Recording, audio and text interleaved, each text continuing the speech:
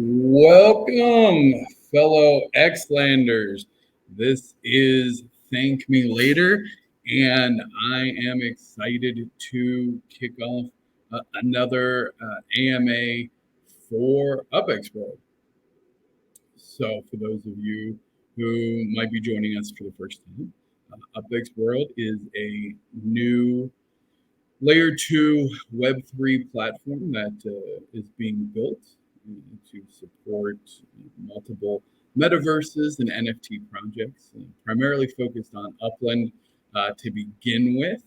UpX World will be a meta multiverse. What we're going to be doing is taking a single multiverse and dividing it up into multiple, what we're calling meta phases, which is kind of like an instance or a phase of a single metaverse, and being able to then have a variety of different gamification options, style options, and utilities for each meta phase that we create.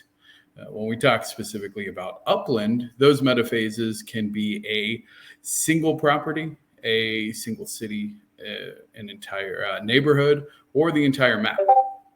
The primary goal of UpX World is to empower the community and its players to add gamification and utility to these layer 1 assets, specifically NFTs. So today I would like to talk a little bit more maybe about some of the technical stuff that we're doing and some of the data structures and the scalability behind the project. So I don't know if there's any data nerds in the house or any data scientists or architects. Hey, T.Y. Dalio, welcome. Thank you for the stars. But yeah, so let's dive into that a little bit.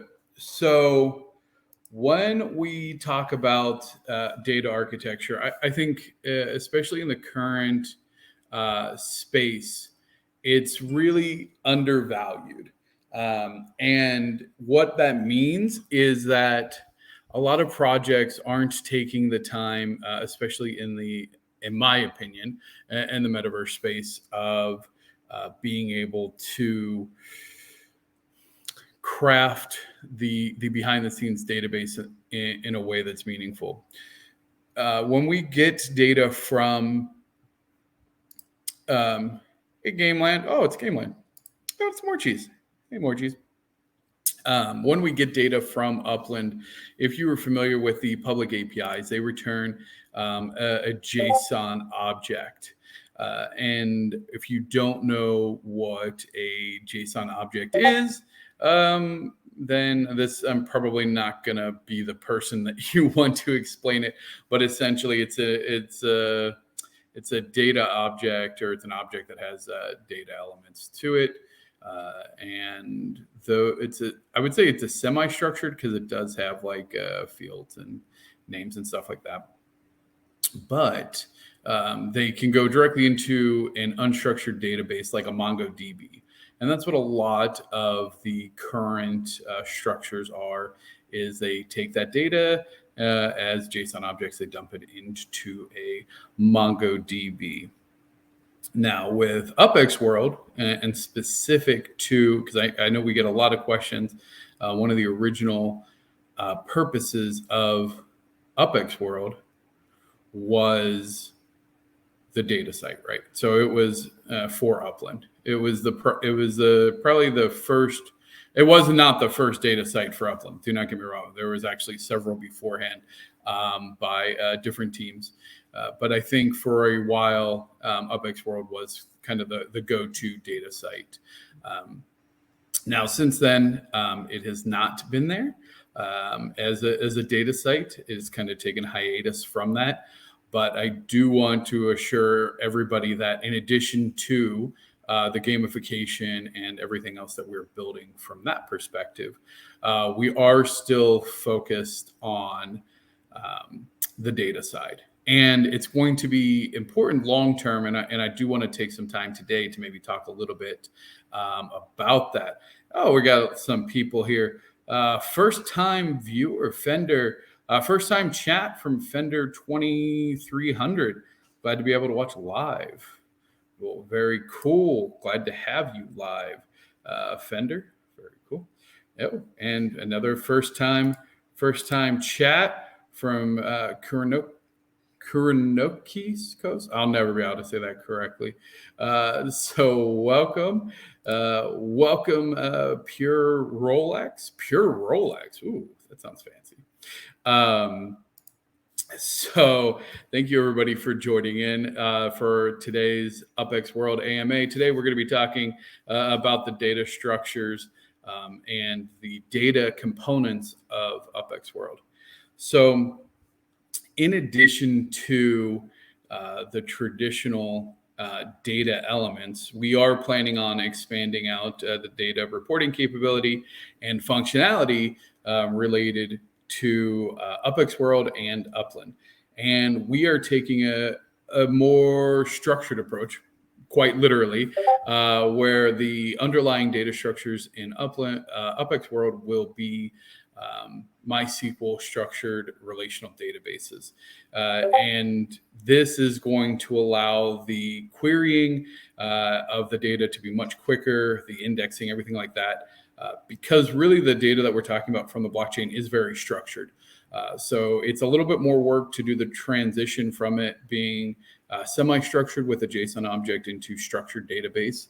And you have to design that architecture up front pretty robustly because of the nature of a relational database. That's why non-relational databases like MongoDB are so popular, especially in like the social media and places where it's like unstructured data and you ultimately just want to query it blindly.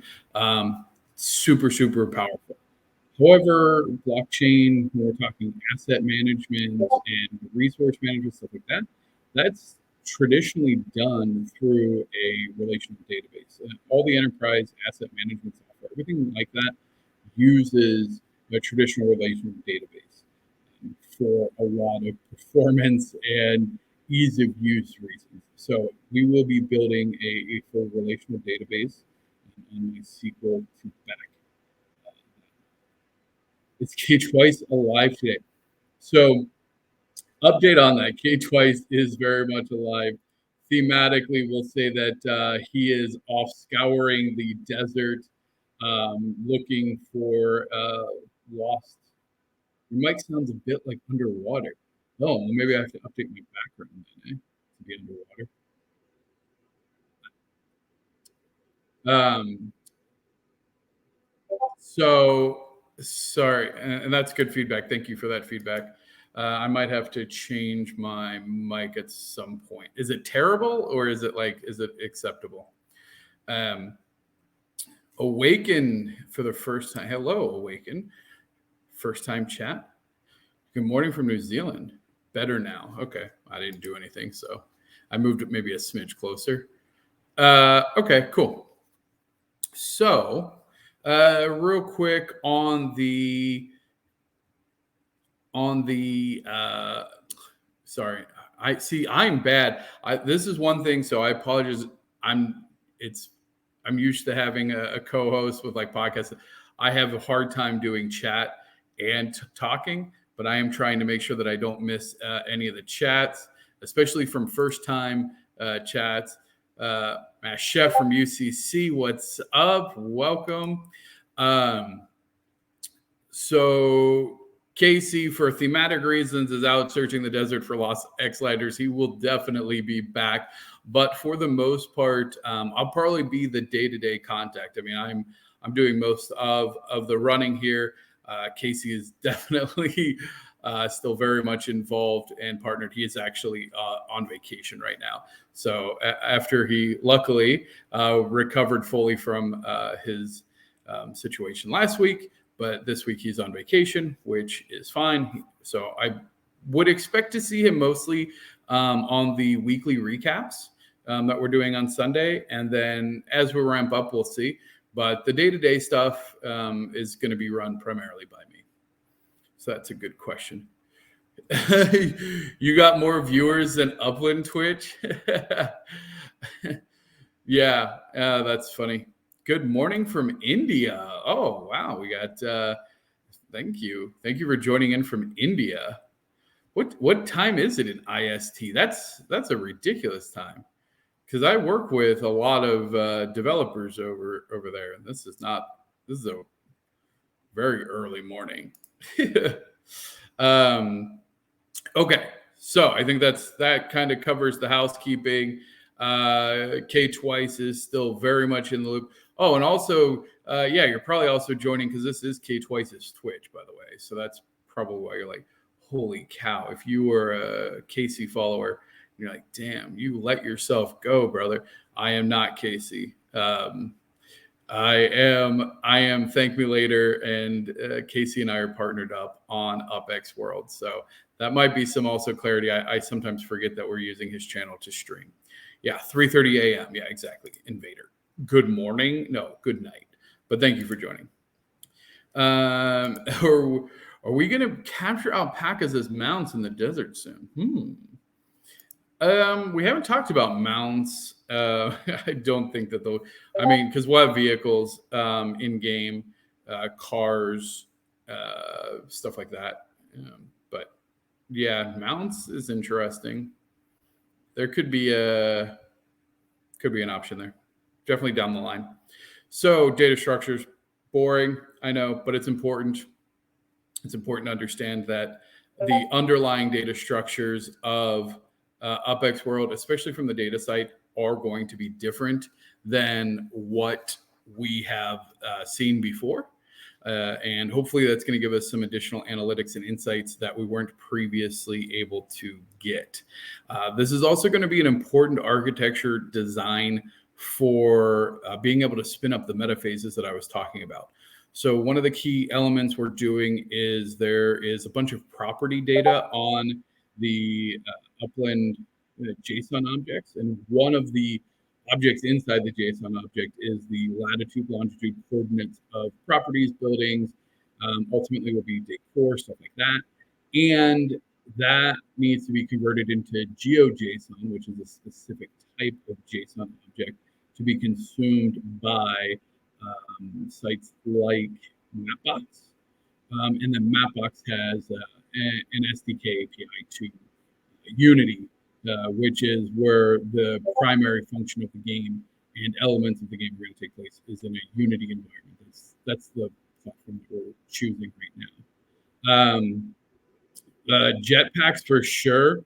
That is definitely right now they're going to be strictly cosmetic, but I was sorely disappointed. If anybody played the game Anthem by EA and was like super jazzed, like I pre-ordered it. I was there. Like if you want like the premier jetpack type experience, I don't know what happened to Anthem. I think Anthem had huge plans and was going to be super cool, but it did have the sound weird again.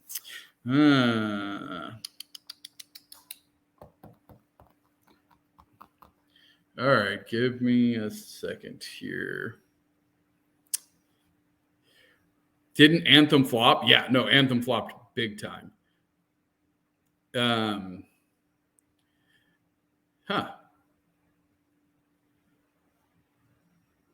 Anyway, okay, so I'll keep an eye on it. I think I'll try fishing from interesting. I'd be interested to know. I heard something about fishing coming from Dan. I haven't heard that. That's interesting. Need boats to set a chair before we can do fishing? Yeah, maybe. Let's see here. Sounds fine to me. Okay, they went down RNG. Yeah, the RNG. Sure, that could be. I think for the most part, our items and things like that are going to be probably fixed feature. I think it's going to be a while before we get like random loot drops or anything like that. For the most part, we'll be doing fixed. So data structures. So we kind of talked about the fact that the data structure underlying it is going to be a relational database, which is a key architecture design. In addition, everything about UpX World is going to be gamified. I think that's a really important element for the players. If we are going to be the ultimate player experience, which is UpX World, then we need to offer that at every angle. And the data site is no different. So even thematically, the data site on UpX World is going to be the UpX World data mines. And there's a whole lore and backstory as well of the Xlanders drilling deep into UpX World's core to get to the still molten core center, as there wasn't a lot of heat or energy on the surface of the planet that they crash landed on. And then they subsequently harvested that energy to build essentially a supercomputer in the center of UpX World for data analysis and stuff like that. Super boring. But they realized that as part of understanding their own planet being UpX World, as well as Upland being another world in their kind of in the larger universe, then so that's going to be the whole thing. Is that's going to be the data mines. You'll go there and there'll be interactions and there'll be stuff, but it'll be what you want from and what you would expect from a common your standard data kind of website.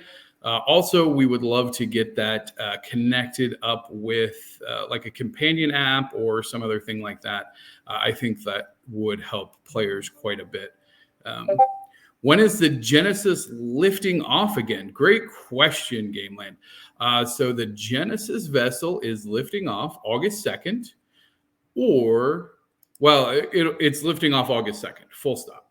That's when it's lifting off. And that just is like essentially when we're taking the last people on board. But that could end early if we hit 817 passengers. So 817 Xlanders that register through the Discord, and then you have to go to the link. There's an onboarding channel, and you have to click the link, and you have to do the thing. It's super easy. But yeah, if we hit 817, I think we are at like 184 today. So if it gets traction, there's a good chance we actually fill up before August 2nd. So be sure, if you haven't registered, you're going to want to do this. You're going to get a special role inside of Discord. You're going to be a Genesis Xlander.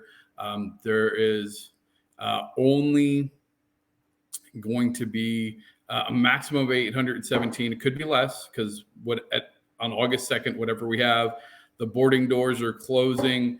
Sorry, no late passengers, because that is everybody who joins and who is a Genesis Xlander is going to be part of the lore forever for UpX World. So when we talk about what that crew went through and kind of the struggles, and then spoiler, cover your ears if you don't want to hear that the Genesis vessel actually crashes because the life support systems fail, and then we end up on a desolate planet that we call UpX World. But you will want to be part of that. There's going to be an in-game monument that will have the names of all the players on the original vessel.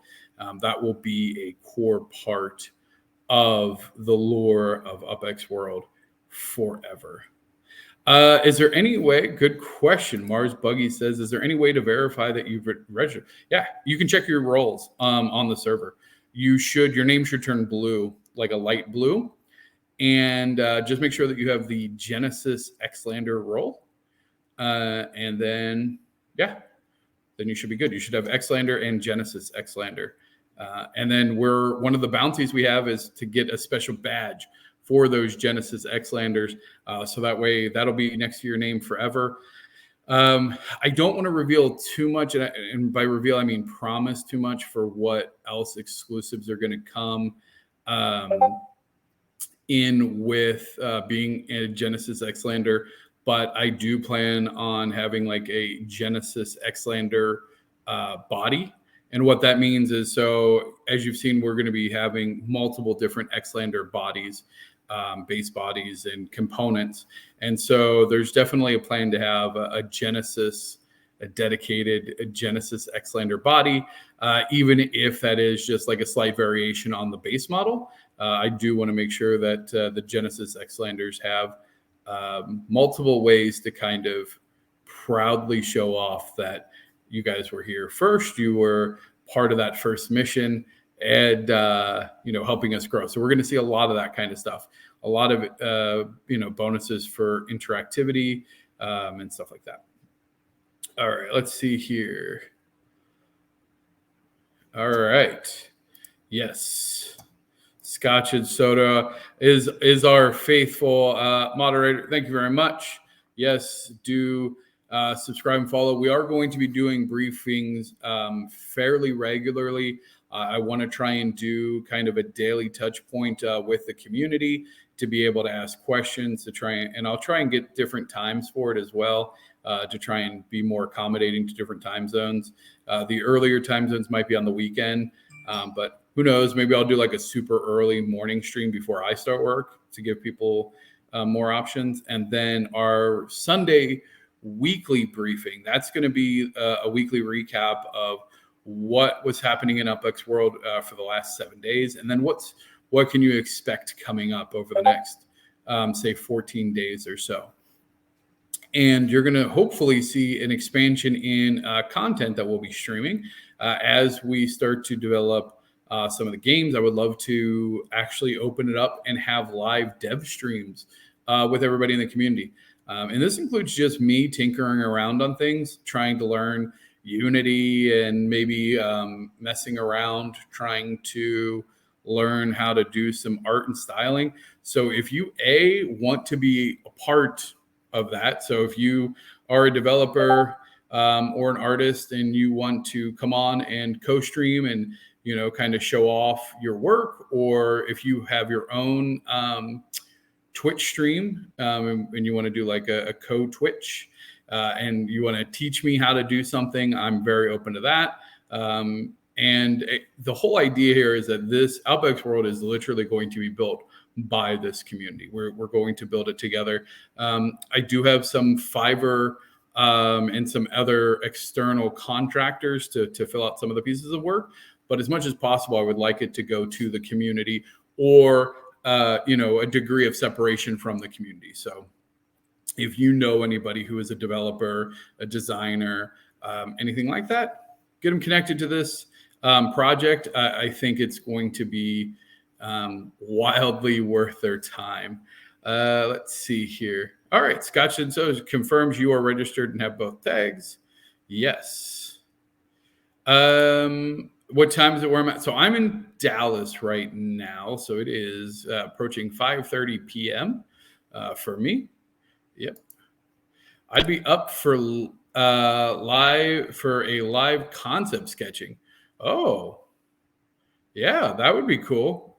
I would love to have you on NFT Artifact. That'd be cool, because then we could even riff, right? Like we can, yeah. Oh my gosh, guys, the architecture stuff is going to be so much fun when we start skinning these buildings.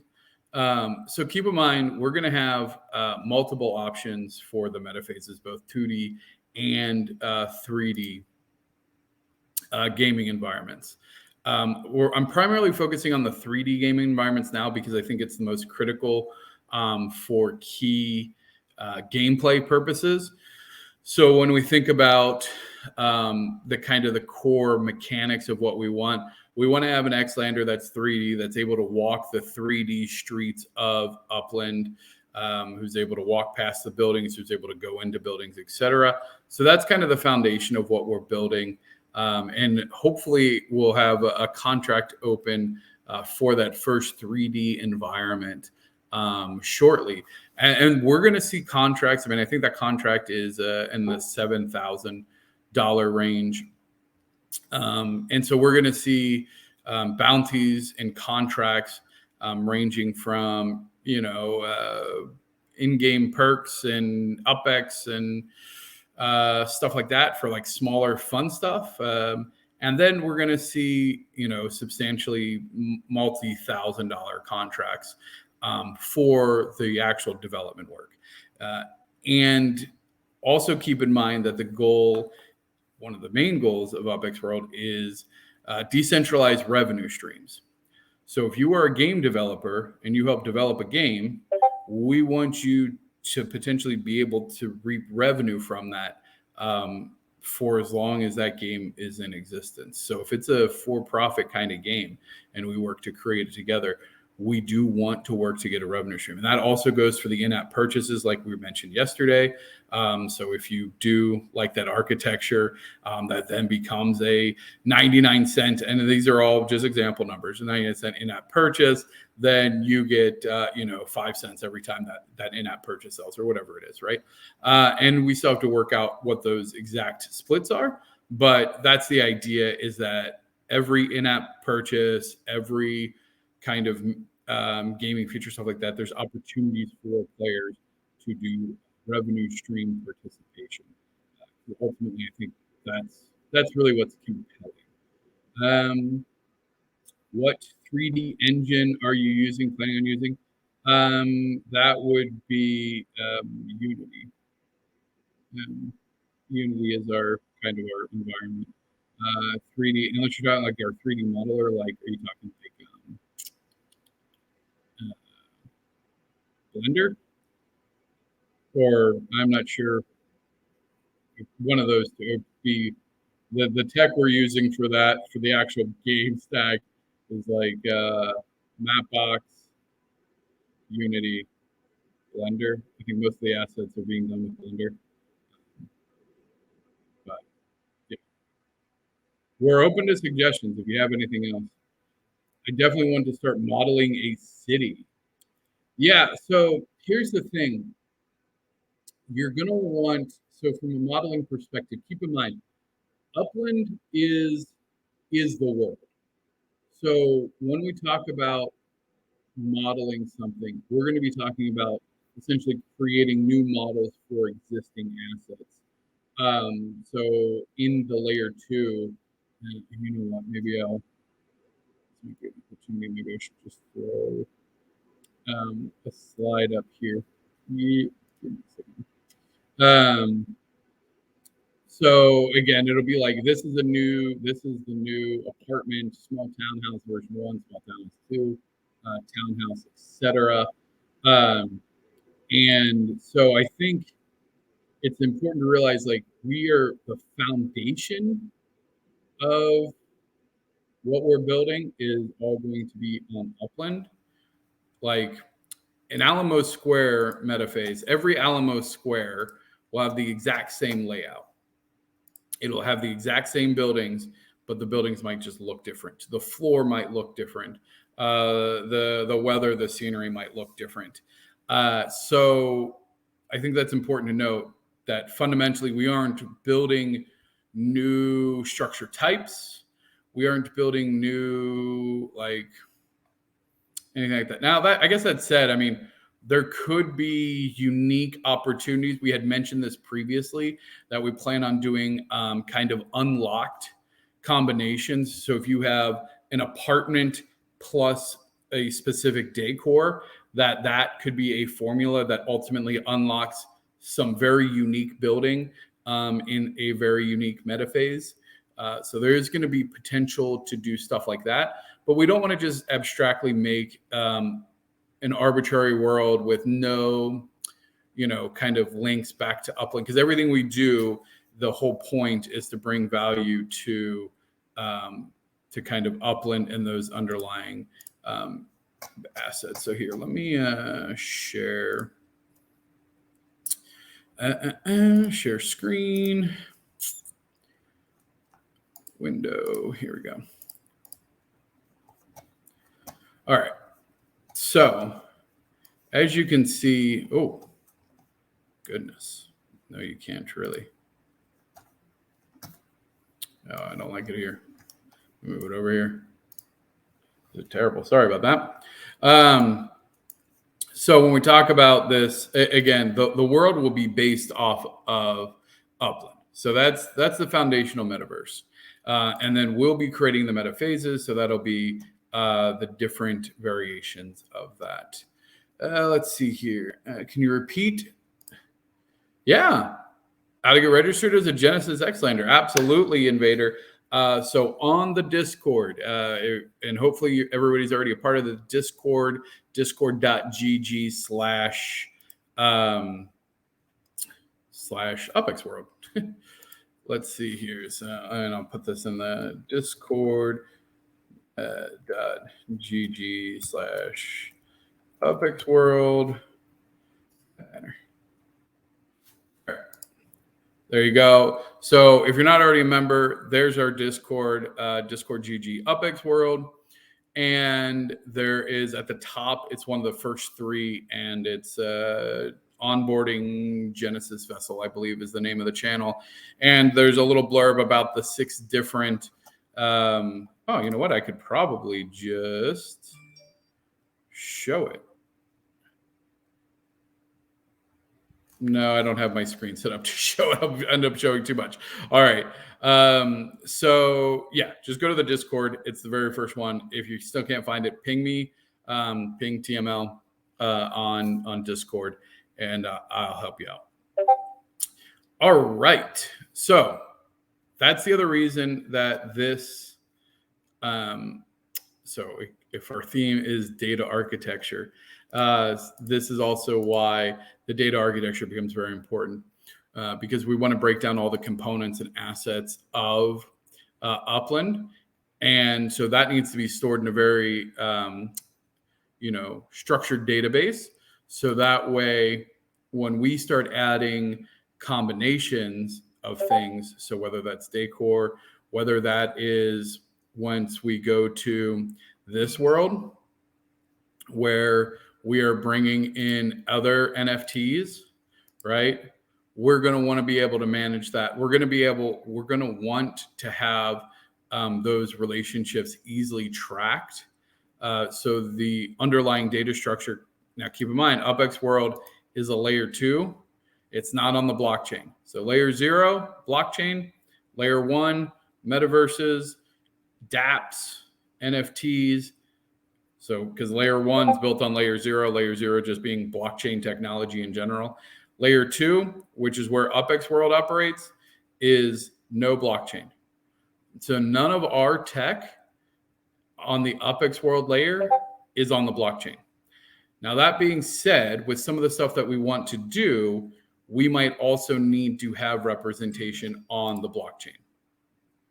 So that could be a distinct possibility where UPX World will have NFTs, but we are not looking to compete actively against Upland or any existing NFT projects. That's not the intent at all. We absolutely want, if an NFT project already exists to meet our needs, then we have no need to go anywhere else.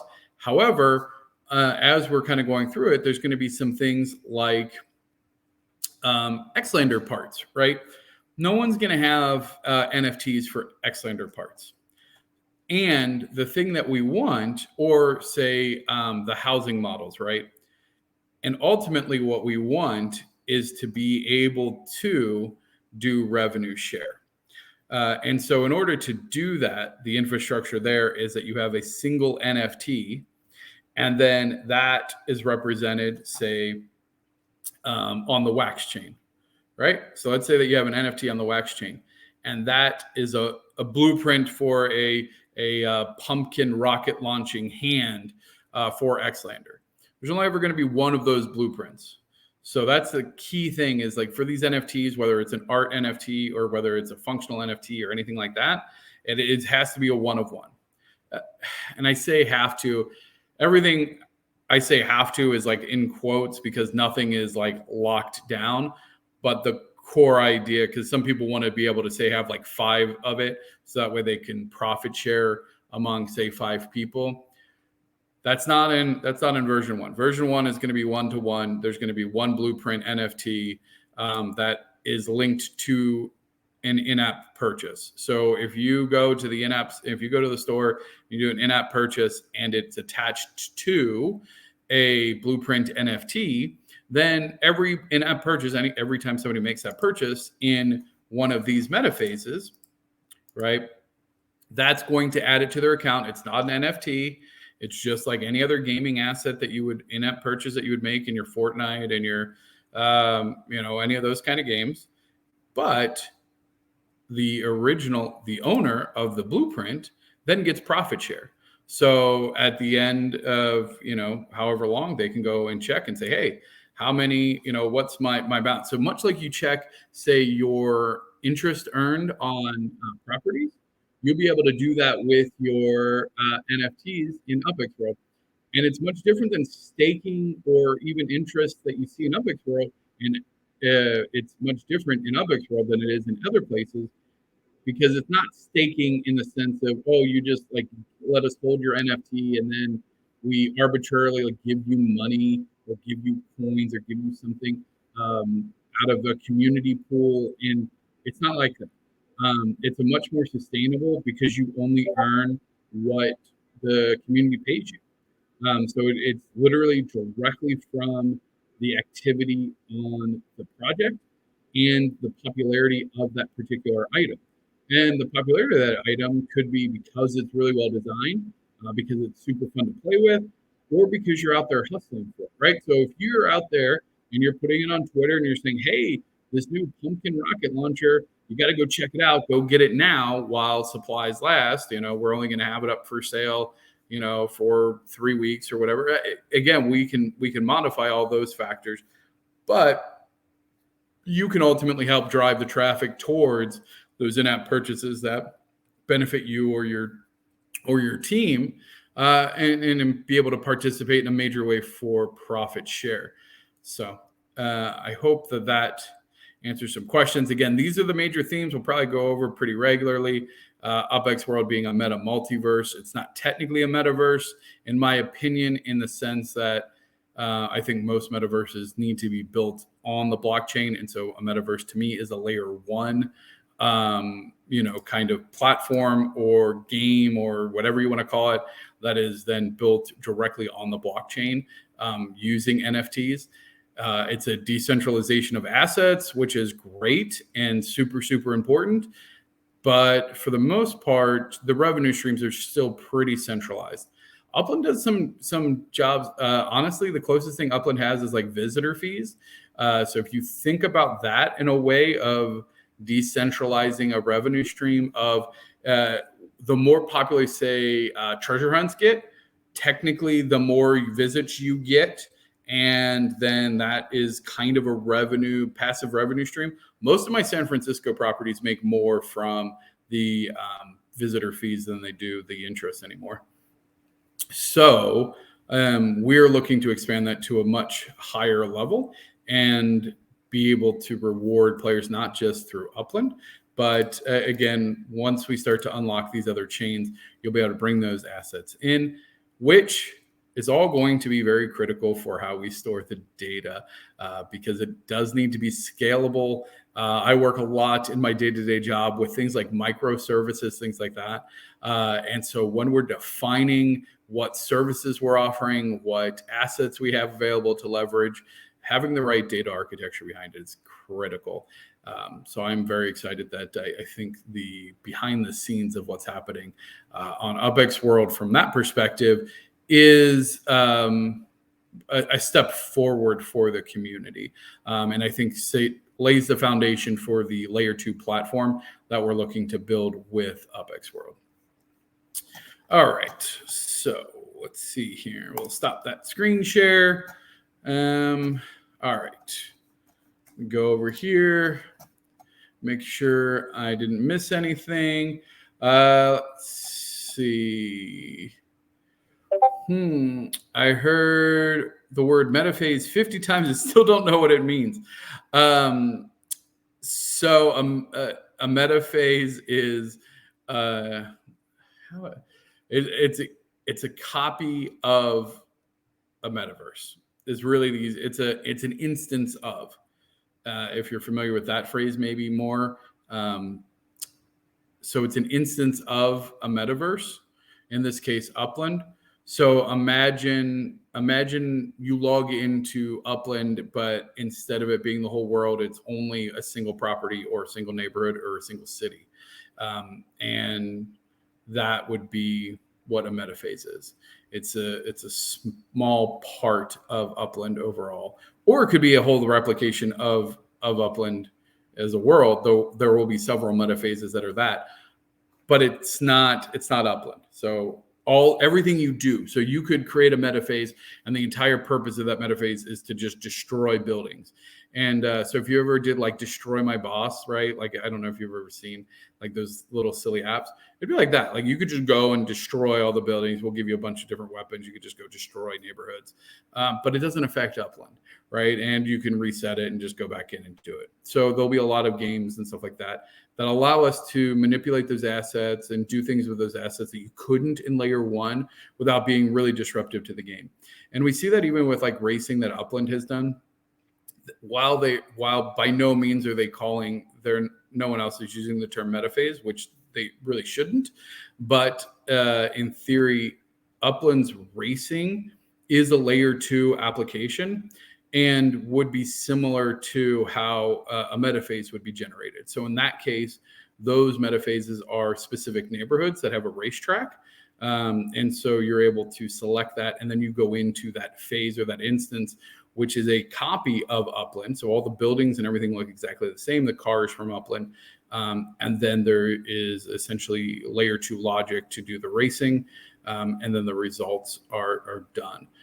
So the racing, if you've seen the racing, that's essentially a layer 2 application and would be equivalent when UPX World does racing, because we will have our own UPX World racing.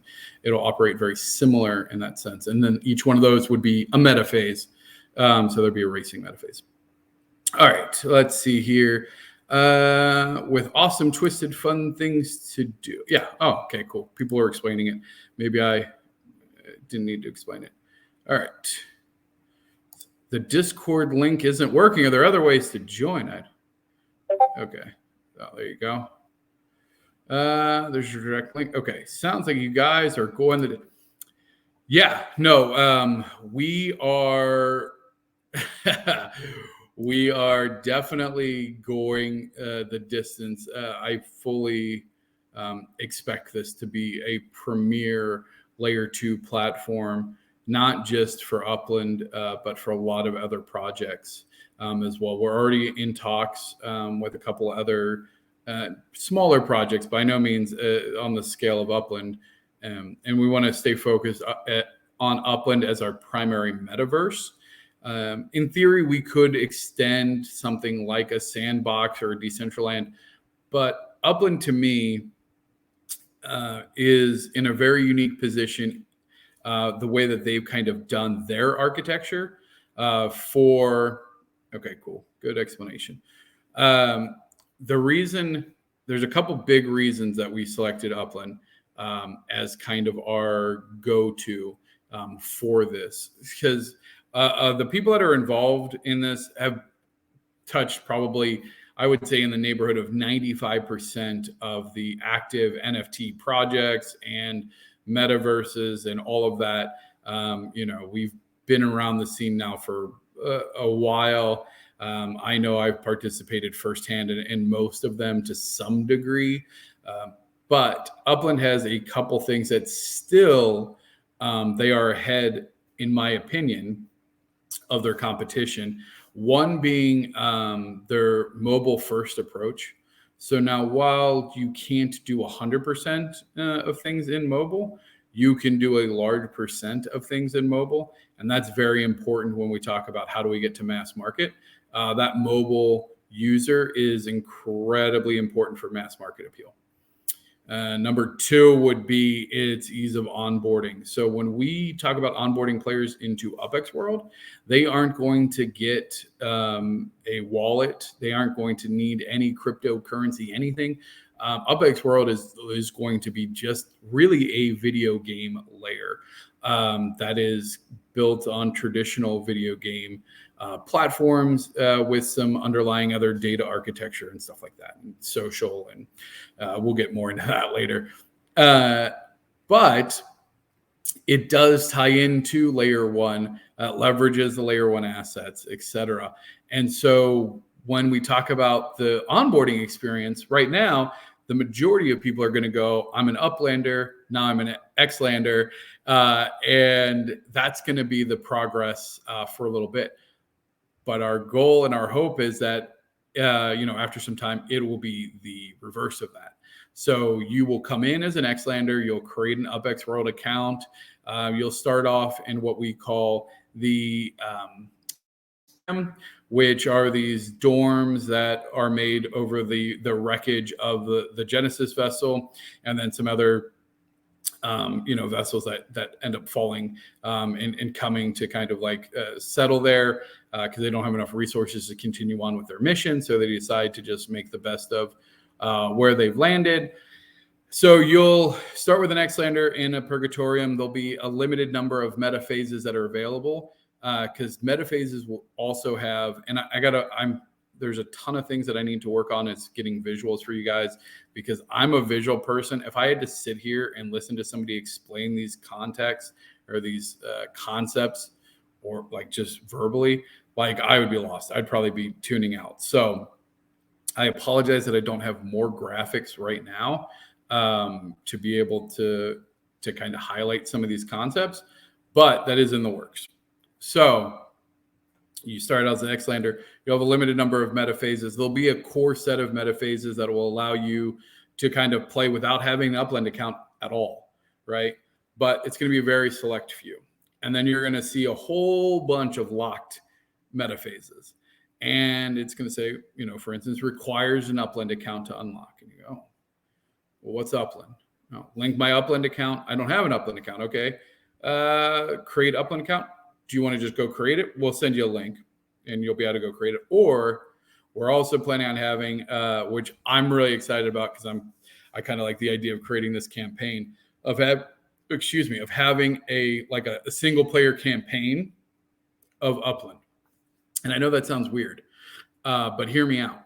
Imagine before you started upland that somebody went, okay, we're going to walk you through what it's like to play upland. Here's a million UPX and a vanilla version of San Francisco. Go mint until you can't mint anything else or you're done minting, and then submit and go, okay, cool, I'm done. And then we'll give you feedback like, well, what did you mint? Did you mint quality stuff? Did you mint garbage? What could you have minted? Maybe even rank you against other new players or have stuff like that. And then, furthering the campaign, you might have a trading scenario where we give you 10 different trades you have to evaluate. During that trading scenario, we can also show you how to use the data mines of UPX World to kind of evaluate the value of a deal, to kind of get you better understanding of when you're dealing with primary market, secondary market, what's a good deal, what's not. And then the last piece of that, which would be more open and fun, would be we're talking about having battle royale style minting of a new city. So doing a new city scenario where we have whoever wants to sign up for a new city release, and then we put you into a training ground and we'll give you a bunch of UPX. It's all free. It's not real UPX. And then you mint against each other. So that'll help, if you're not used to doing the sends and stuff like that. I think that'll really give players an understanding, especially like how quick things get minted, stuff like that. That's all still pretty far down the line, but that's the idea. Is then you go from Xlander, you want to go, I need to sign up for upland. We'll go through a training scenario where actually we want to have like a whole academy, as well as if you go through the academy, maybe we give you a boost incentive. So if you go through the training, you get, say, an additional 20,000 UPX when you sign up. If you've completed and you got your certification, stuff like that.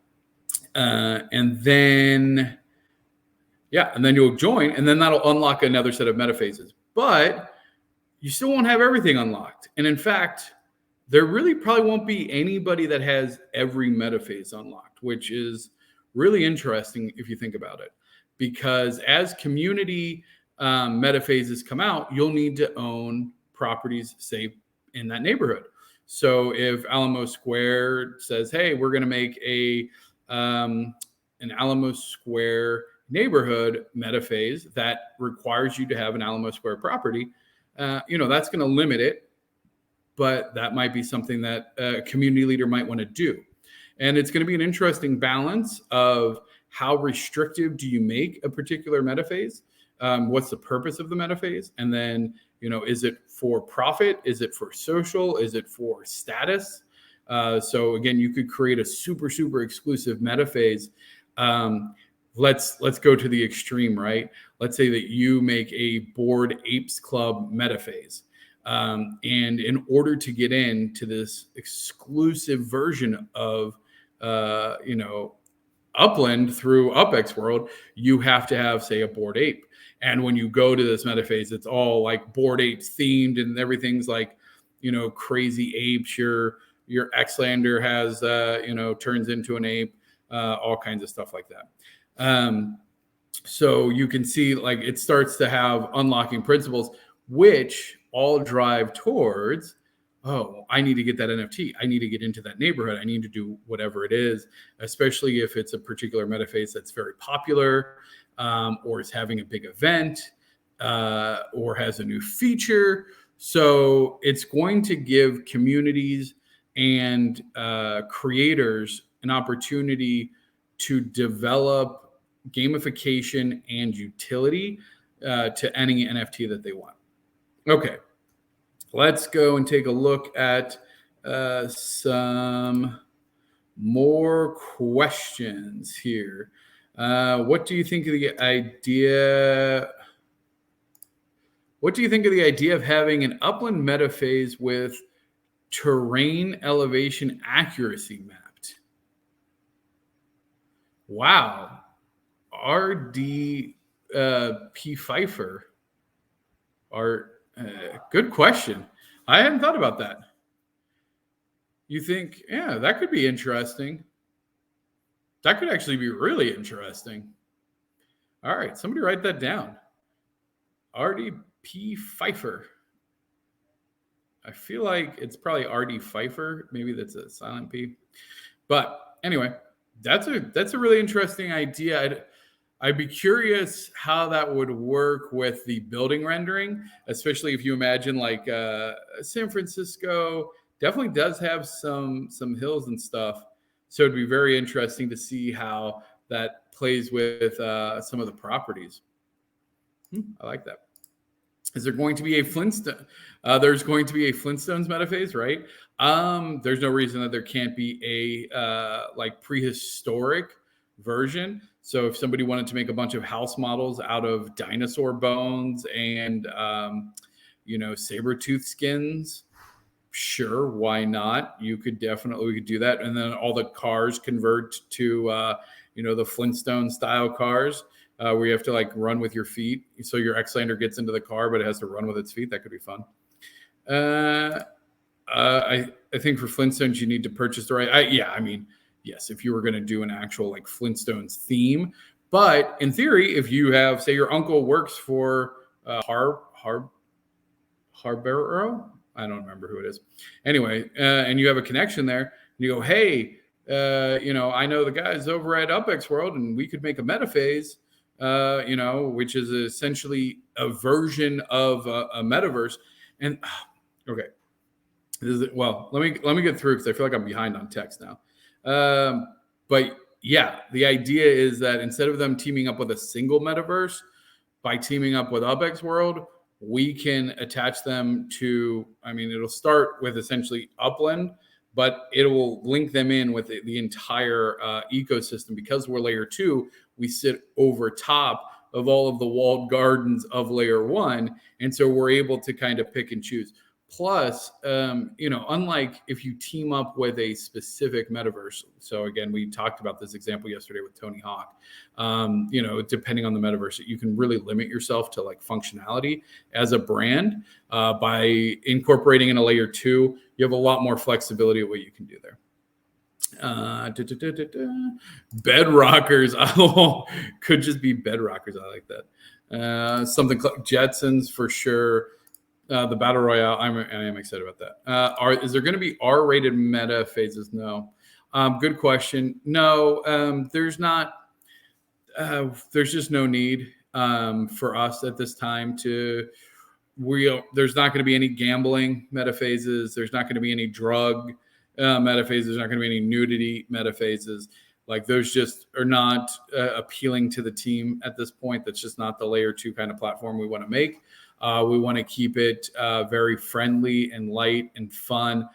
Our market is mass market. We want UPX World to be the Web3 version of Roboblocks or Minecraft or any of those type of platform games that have, again, a much wider audience. We don't want to limit ourselves or put us in a compromising position, especially for brands, because brands don't want to team up with somebody that has that kind of stuff on the menu.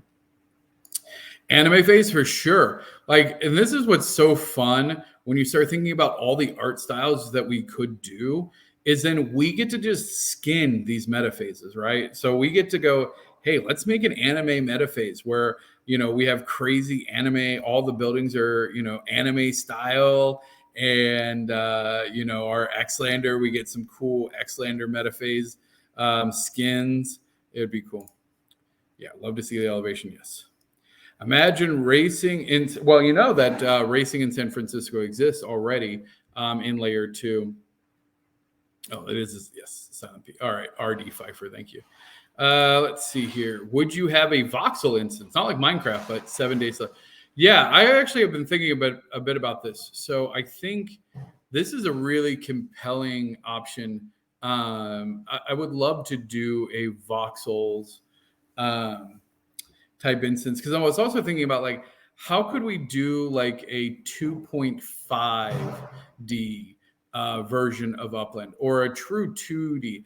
I can do a 2D top down. So when I started thinking about other dimensions of Upland, okay, we could do 2D top down, kind of like the old GTA. Then that would be pretty easy with your Explorer and stuff to be able to move it around. That could be cool. But voxel style, yeah. Second Life lets you do R-rated if one wants. Yeah, that's true. Go to Second Life. Not UPX World. We're here for fun and mass market. What will we do if we get sick? Don't get sick. Take medicine? I don't know. Your Xlander gets sick? I don't know who's getting sick in this scenario. If you're sick, I like chicken noodle soup. Let's see. More of us. Yeah. Okay. Yeah. Again, we want to open the platform up to some real creative stuff, right?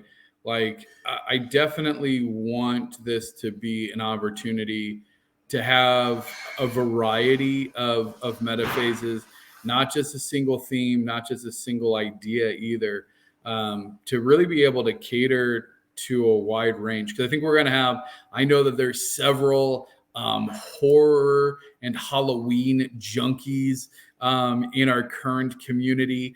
I am super excited about what's going to come out of those. There's some amazing partnerships with some people that I think are going to land in some just, I'm going to be honest, I'm not really, I can't play Silent Hill games at all because they're too scary for me. But I feel like there's some people in this community that are going to take the horror genre to a new level. And I'm pretty excited about that just for the community at large. Not personally, because I probably won't even be able to play those metaphases without, having to sleep with all the lights on. But I know the art and the people behind those projects, and we are in for a treat. But yeah, I would I'm more probably the bright color anime. You're way more likely to find me in the Candyland version of Upland. I jokingly say it, but I want a candy themed version of Upland. I would just want to go in and have all the houses made of gumdrops and lollipops. That's me. That's where I'll be at. You guys can go to the insane asylum, freaking Creedmoor, melt your face insanity. Um, yeah, no horror. Ooh, I don't know, man. If you guys can do this, better than me. You said no drugs. Most drugs are medical. Oh. Yeah, yeah. Medical drugs, I guess, are fine. Prescriptions or like, sure, anti-radiation medicine. But also we're Android. So like we have mechanical bodies. So we actually don't need drugs. You shouldn't need drugs because you're a robot. You're an Xlander. Let's see. Want to do a charitable metaphase. Yeah, so I definitely think that there's going to be opportunities to do, if you have a specific charity that wants its own metaphase, we could do that. I think like that's a really fun idea. If there's a charity that you're particularly passionate about, we could do thematic, especially like let's say that charity has a specific color or theme. We could do that, and we could certainly team up, like if you have a neighborhood or city or something that you wanted to partner with to make that metaphase. Alternatively, if there's a metaphase that already meets, say you've already created a metaphase that you want to then have a charity event, we could definitely partner to do like featured charity events that says, hey, for the next 10 days, all the proceeds from this metaphase are going to go to this charity. We could do, like a live stream charity. Because here's the thing, we're going to be all about the games. So a lot of what you're going to see from UPX World Media is going to be game development and game streaming. And that means if you know gamers and one of my favorite things is GDQ. GDQ? Games done quickly. No, GDQ. I don't know what I was saying. Anyway, GDQ, games done quickly, and they do it for charity, and they do amazing work. So I love that kind of charity idea. 24-hour streams of doing games and stuff certainly would be very, very high. The gaming community is so charitable. It's pretty amazing. All my buddies are here. Oh, well, cool. I'm glad. Let's see what we got here. Some folks will abuse electricity. I like that. Wasn't that what was that Bruce Willis movie with the Bruce Willis movie where they like live in VR all the time and then like people get like they do these like they electric shocks like overcharge them. That's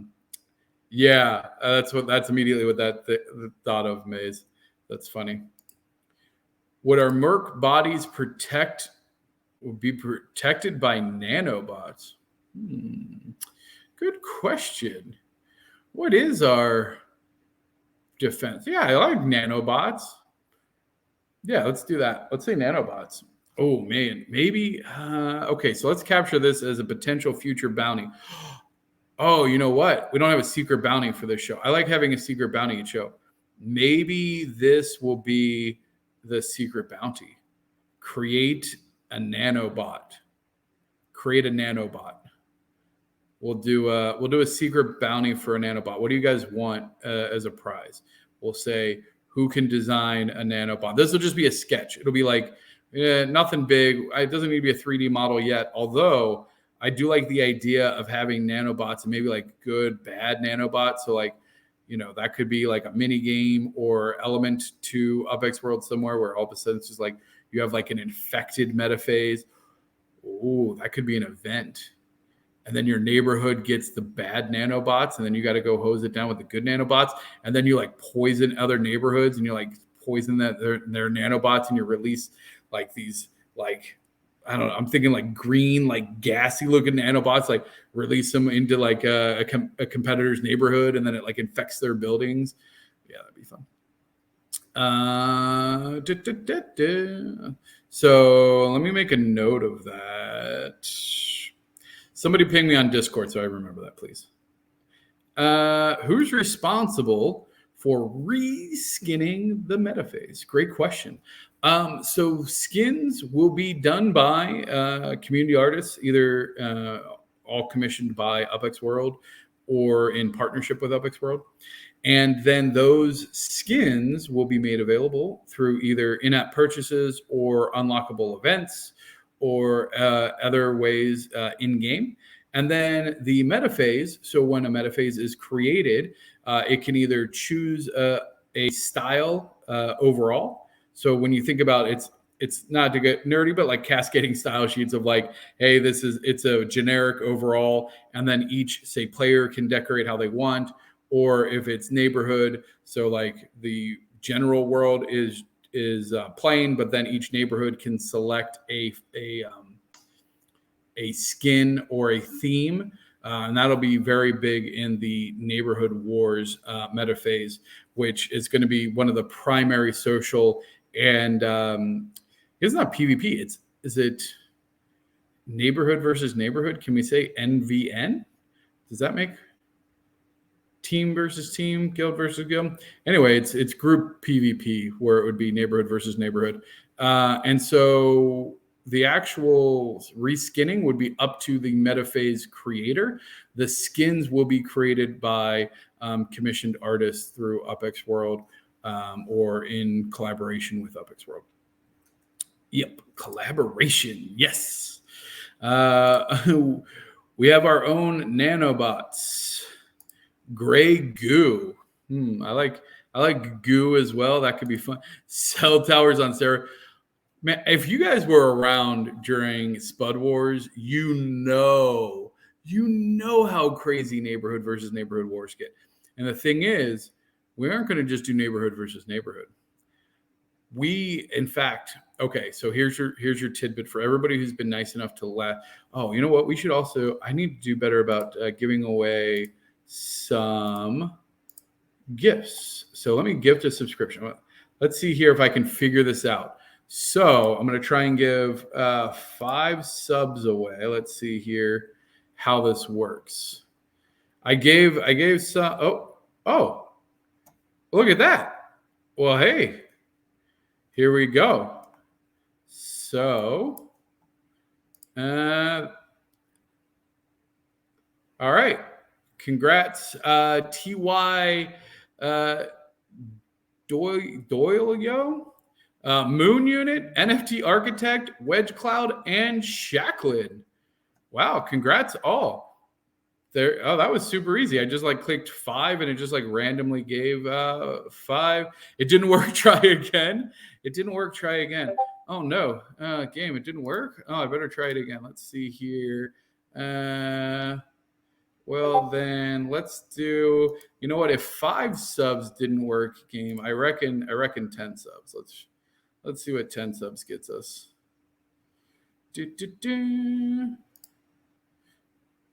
Huh. All right. That seemed to work. How about Fender, Zebra, the Goldsmith Gaming, Blue Man, Kevin Nola, Bar, Buster. Hey, Buster's here. Or Mars Buggy, 1111 NFT. There we go. Enjoy. All right, cool. Hopefully that one worked for you. Yes. You're very welcome. Giveaways, dude. We're gonna be giving away so much stuff.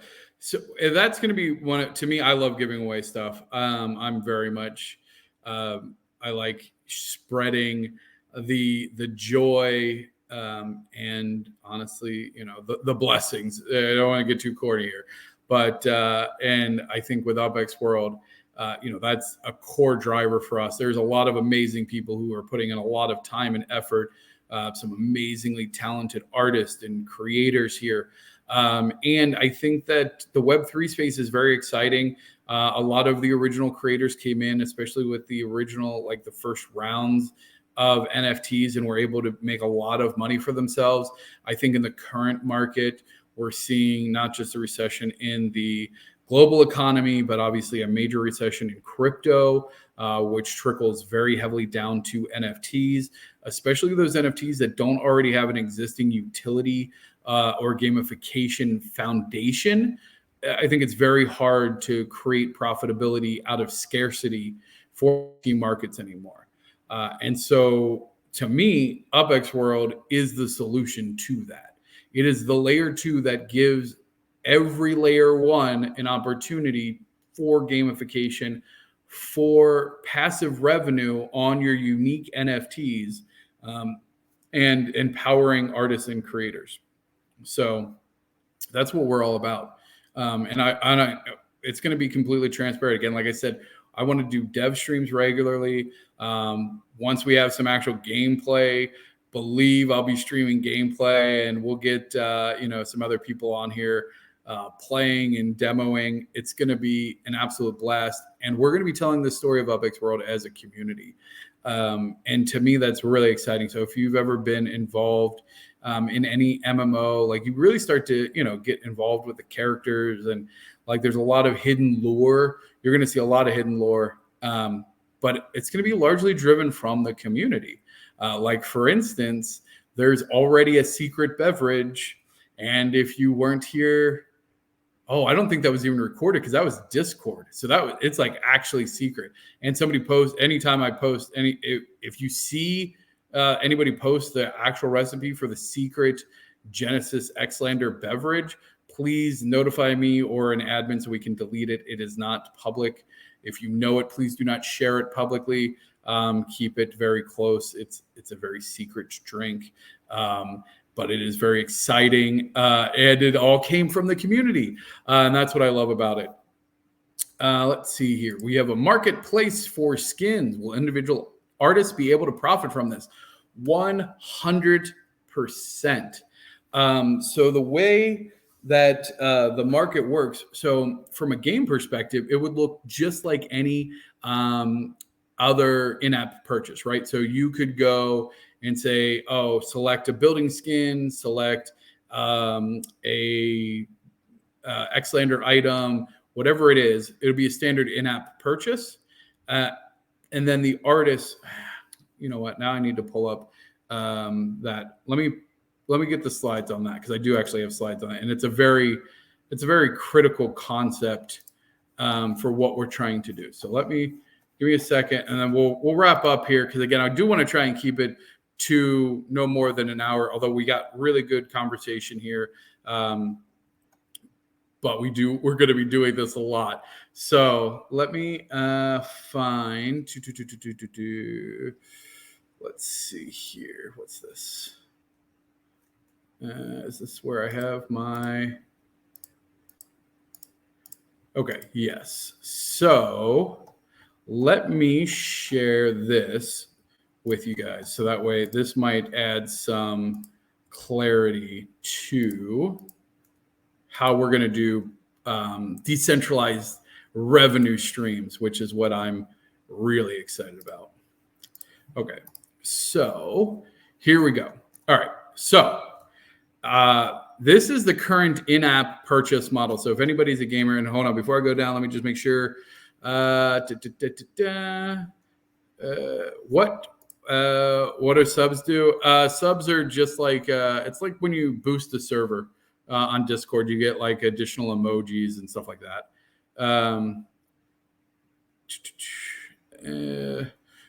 Cool. Yeah, no, Fallout. I love Fallout. I'd love to collaborate on creating a Bat Pig NFT series. Okay, well, again, go find an artist, collaborate on a Bat Pig NFT. Let's make a Bat Pig metaphase. Let's see here. It's a very somber drink. It is Mars. It's not taken. It's not taken lightly. Oh no, you're fine on that. It's not a beer. It's not a beer. I can tell you that. If you're keeping notes at home on what the secret beverage is, you can cross out beer. It's not a beer. Beer should not be kept a secret. I would agree with that. Okay, so current game. Let's talk about the current gaming in-app purchase business model, which is solely derived to profit the enterprise that created the game. So this is designed to profit EA, Blizzard, all of the big corps. So they hire these amazing artists, designers, creators, and they slave and create all these amazing assets for their corporate overlords. Their corporate overlords then package it, and they actually have dedicated people at these organizations that go about monetization and monetization models, and then they put it in their market for in-app purchases, and gamers buy it because, of course, why not? And everything here goes towards paying the corporate overlords. Yeah, the asset creators get paid their monthly, weekly salary, whatever, which is hopefully fairly good.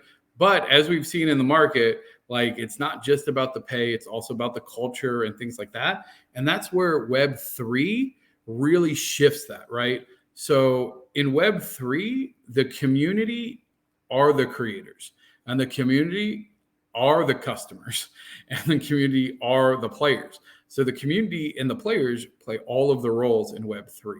So what does that look like when we talk about in-app purchasing?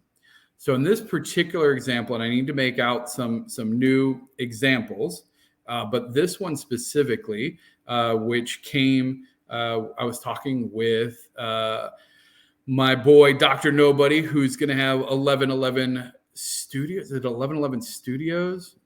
It's 1111, his art project for 1111, which is super cool, is talking about having an artist who can create, an NFT and then sell it to potentially to a buyer or keep it themselves. And this is the current kind of life cycle, right? And then they can sell it to another player. It's based primarily off of, the rarity and coolness of a particular NFT. However, that's about it. Maybe you can do staking on some of these, like, what was the one? Does that still exist? Not Alien. No, it's Alien wasn't the other one. Who was the one that you could like stake anything on? Was it Alien Planet that could do the staking? Anyway, there's, people do the staking, but all of that just comes out of community pool of like just some randomly generated tokenomics nonsense, honestly. Like, it's not sustainable. We've seen it time and time again. Those economies collapse drastically. But with UPX World, that original NFT owner will have the ability to say, hey, I would like to use, and let's keep in this example, just say it's an art NFT. So it's strictly an image or some cool item that then they say, hey, this is a one of one for this project. I would like to then allow an UPX World vendor to create, we'll have essentially like print shops, right? So if we see here this little thin line, everything here is layer one. This is layer two over here. And so that vendor would say, okay, cool. They'll work it out. What do you want to create? Do you want to create posters? Do you want to create mugs, t-shirts? What are we making? Are we making sneakers? And there'll be a list of default items that UPX World will essentially add that will be able to be printed onto. And these will be digital items, but they are not NFTs. This is a key differentiator between what we're doing at UPX World versus what almost all of the other projects in the space are focused on. A lot of these projects in the Web3 space are so focused on making their own NFTs. And that's the sole value, is like they generate NFTs and they generate more NFTs and they think everything has to be an NFT for it to have value. And the reality is, yes, it does need to be an NFT if you're planning on exchanging it between players, but the real value to a player is not necessarily an NFT, because as we've discussed, gamers don't care about profit. Gamers are not investors. Gamers are gamers. They want cool things. They want bragging rights. They want the best stuff. Now, if there's a way to potentially make money off of that at some point, that's a bonus, but that's not a primary driver for a gamer. It is a primary driver, however, for the crypto players, because they aren't really necessarily gamers. They are closer to investors. And we won't get into how loaded that particular phrase is, but with this model, it allows the players who are more interested in the passive income, active income kind of area, the ability to leverage their layer one assets to then have passive income by generating in-app purchases that are not NFTs, that are account bound and not tradable between players at all, which is an important piece to how this economy works, because once it's on the account, like that's it. They can't buy up all of them. So let's say that there was going to be 100 prints of something that were done. A player can't buy 100 of them. They can buy one of them, and that's it. And they're not buying it for speculation. Like, this market is not speculation. You don't buy an in-app purchase thinking that if I buy it today, it's going to be worth more tomorrow. You buy it today because you want it today and you want it. Like, full stop. You can't trade it or do anything. So then the idea here is that all of these in-app purchases, as you can see here, kind of have the same icon on it.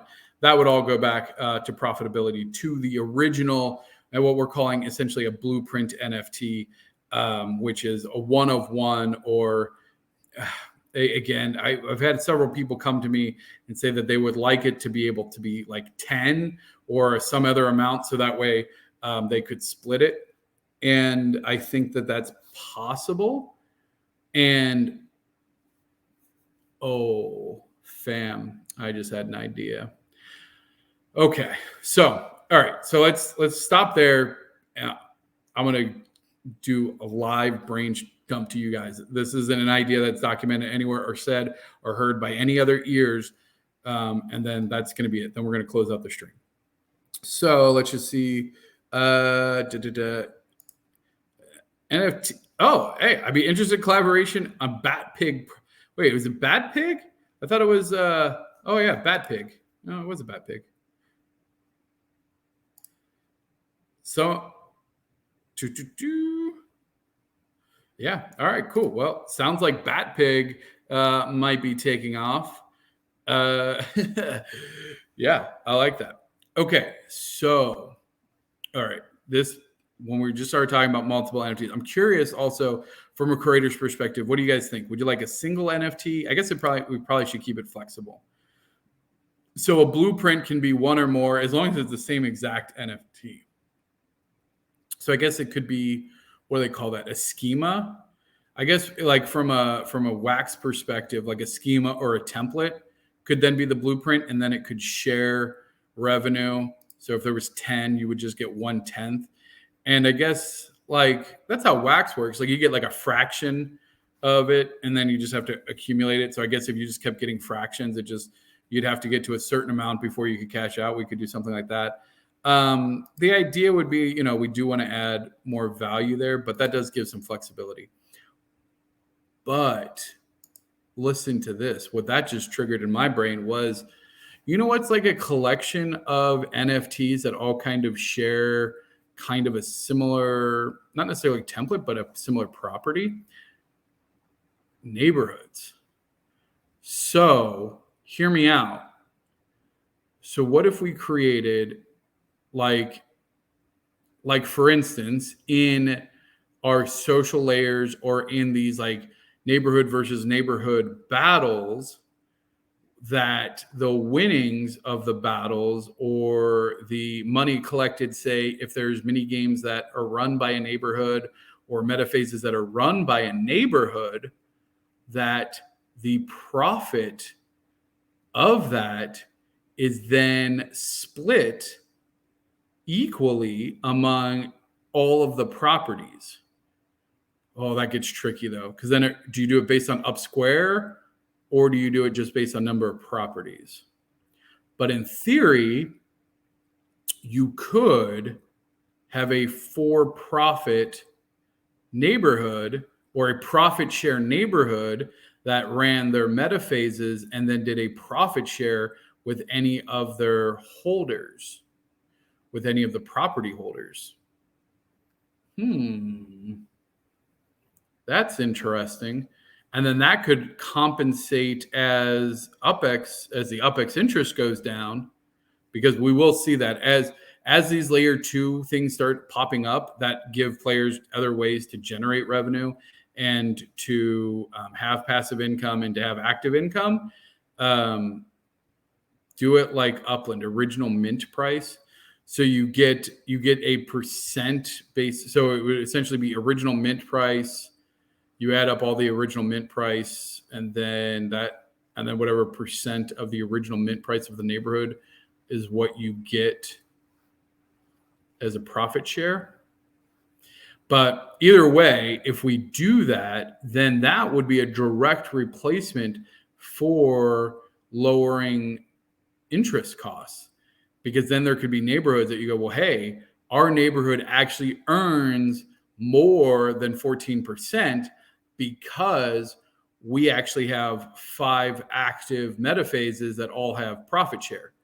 And a neighborhood could have profit share metaphases or not, but then for every profit share metaphase, like that could add a tremendous amount of value to those properties in that neighborhood. Wow. That's interesting. All right. I'm gonna noodle on that one. That's a really, man, I like that idea a lot. All right. Well, there you go. That's your nugget of the day. That's why we do these live streams. This is what we're going to be doing. We're going to be coming up with these insane ideas that are going to change everything, right? Like we're building the foundation for the future. The pieces are now all in place to make this happen. We aren't even missing any tech. Like all the tech we're talking about exists. Upland has paved the way for this to be built. And like, I cannot stress that enough, that right now it's not a matter of if, it's when. It's a matter of getting the pieces in place, getting our dev team ramped up, and getting the architecture behind this has to be completely solid. And that's my primary role on this project, is the technical architecture behind everything we're doing. So when we talk about scalability, when we talk about interoperability between, say, all of the Xlander components, because the Xlanders are going to have multiple components, et cetera, that is where it's going to be very important for me to make sure that we are scaling to be able to do what we want to do. All right. So I'm going to go ahead and, oh my gosh, how did we get to an hour and a half? You guys are crazy. All right. This is awesome. So this is, and don't forget, we're secret bonus thing. What do you guys want for that, by the way? I might just put it up and then we can figure it out what you guys want. I'm a creative lacking tech and I'm working towards enough to mint, but just getting started. So that's the other thing is, this is a great opportunity to substitute in as well. If you guys want UPX, if you need UPX for something, like, let's figure out a way. If you're creative and you want to add something, then let's figure out a way. Oh, thank you, Maze. So Maze, if you're not familiar with upland.wiki, which is another one of the IPs that I own and run, I need to, it's on my list. The wiki is going to actually be a critical piece because all of the stuff that I'm talking about, neighborhoods, communities, nodes, we're going to be putting together a kind of like a collaborative force between all of the top community creators and stuff like that. But it's all going to end up running through the wiki. So if you aren't familiar with the wiki, get on it.